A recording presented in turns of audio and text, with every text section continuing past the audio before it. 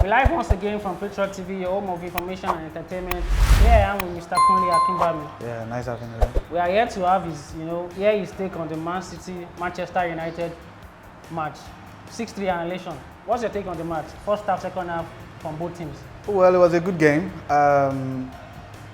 Man City won. I would say the better team won because. Or the best team? The better. You can't say the best team because apart from the fact that the players are good, the manager is good. There will always be, a team that tactically, would beat Man City.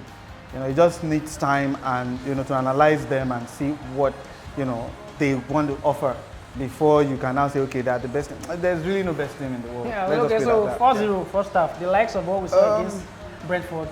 Well, I can say what went wrong was the tactics of the Man U coach. He wanted to play his game. He didn't care. He was playing with a team that understood themselves and were playing well. He just wanted the players to express themselves. What I would say is I think the players didn't really, maybe they were a little bit scared of the Man City players, their prowess and everything. So they were trying to play a disciplined game. I think we could see from the goal that Anthony scored, he expressed himself. So basically, I would say the manager just wanted to play his game. The team didn't really get, didn't really get what the manager wanted, in my opinion. But at the end of the day, the better team won. Okay, would you have said if the Manchester United coach had, come on with a two defensive midfielder, would it have prevented, the goals coming in from Manchester City? Well, I would doubt that. I think, a two-man defensive midfield would probably would have, made the game, different a little. But Man City will also come to counter that, that tactics. It's all about countering your opponent's tactics, and Pep Guardiola is doing a fantastic job at that. I think he understands how to play this game. If you had watched the game very well, you'd have noticed that the players were not just playing according to their ability; they were also technically playing to counter what Man U was bringing to them. So it's even if you had used a two-man defense, maybe one would be holding and the other one would be a box-to-box midfielder. But at the end of the day, I still feel Man City would have won that game easily. So it would take time for Ten Hag to build a team that would be able to really disturb Okay, so Man City. Let's go on to the Ronaldo factor. What would have been your take if he had started the game or probably come on into the game? Would it have given Manchester United an option to score more goals than 3 goals when their game picked up in the second half? Well, no doubt, Ronaldo is a good player. But he's old now. I think he's almost 38. I think he was 37 in February. I would say maybe the defenders of Man City would have been weary because everybody knows what he's capable of doing. With a little chance, they know what he can do.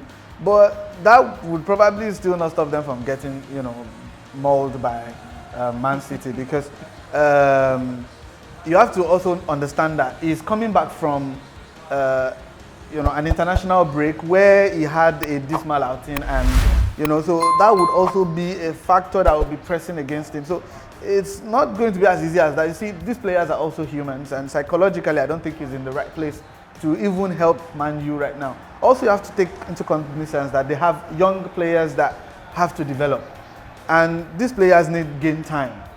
Ronaldo IS to play one more season, even this season, and it's gone. So they need their young players to develop. They need them to build their confidence. They need them to express themselves, and I think that's what the manager is doing. The manager wants to rely more on the youths because they are energetic. They can have the passion to dare. Yeah, so they can dare up. They can do things, and you just need players that will just take on players and just make it wow. Anthony Martial getting a brace. In this match. His second goal was a penalty kick. What's your take on that? Do you think it is actually, a penalty, or it's just a referee doing a giveaway of? It was tactical. From the ref or from the player? From the player. He placed his leg where the defender would naturally want to kick the ball, so the defender kicked his leg. And he didn't just hold, some players, immediately they kick your leg, you just hold your leg and start rolling. He tried as if he wanted to move, turn with the ball, and now acted as if, okay, the leg that was impacted was, made him fall. So it was technical. The defender was stupid to have, if you are going to lunge for the ball in the box, you have to make sure you get the ball. The moment you don't get the ball, then it's a penalty. So it's technical, and he did well. But regarding his 2 goals, kudos to him. It's not easy to score in a derby match. I think that should help him build his confidence. Even though I feel if he had started, it might be a different game. He probably would have not even had the energy to play, because at the time he entered, the Man City defense was already tired. He was coming with fresh energy, so that could have helped him to to react quicker, and because the first goal was the keeper it was a rebound, yeah. So he went for the ball before before the defender could hit the ball. So yeah, I think the fact that he came on towards the end of the game, fresh, and he got the goals. But give or take, you can't take it away from him. He scored 2 goals and they were fantastic. So. Okay, so let's move on to Manchester City's team play between Foden, De Bruyne, and Haaland. Yeah. Do you see them performing perfectly well against any team as the season goes on? Yes. Haaland getting a goal, yes. getting an hat-trick, 13 goals in 9 matches. Wonderful. Do you see him breaking the record of highest goal scorer of the Premier League? Well, without injuries, yes, it would. But this is Premiership, and I understand Pep. He knows this thing. So immediately this guy gets 2 goals, 3 goals, he's out of the game, so he can rest. So you see, this Premiership, the games are going to come in. They're going to come in real fast, So after the World Cup, the games are going to come in real fast, and they have a lot of tournaments to play in. So if the manager decides to stay in all competitions, some of the managers, they get out of the competitions as soon as possible, just to be able to concentrate on one or two.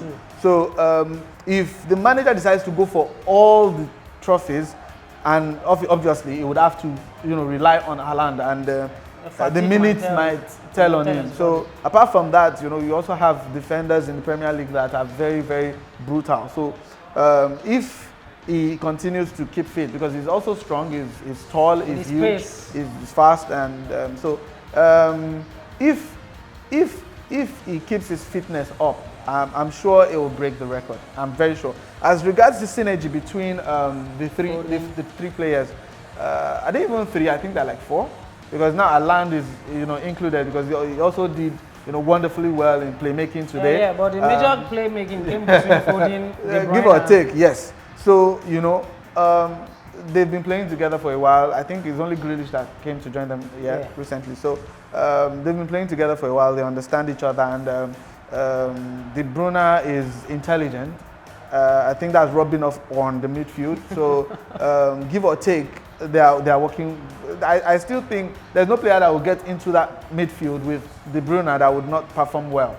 Even if you take Bruno Fernandes from Man Utd and you put him in Man City, it will do wonderfully well, because these are intelligent players. They understand the game. I think the manager too has something to do with how they play. Because today I watched how they were performing as regards passes. They were not giving anything away. You understand? So even if they are going to their left, they act as if they are going to the right before you realize that the ball has gone to the left.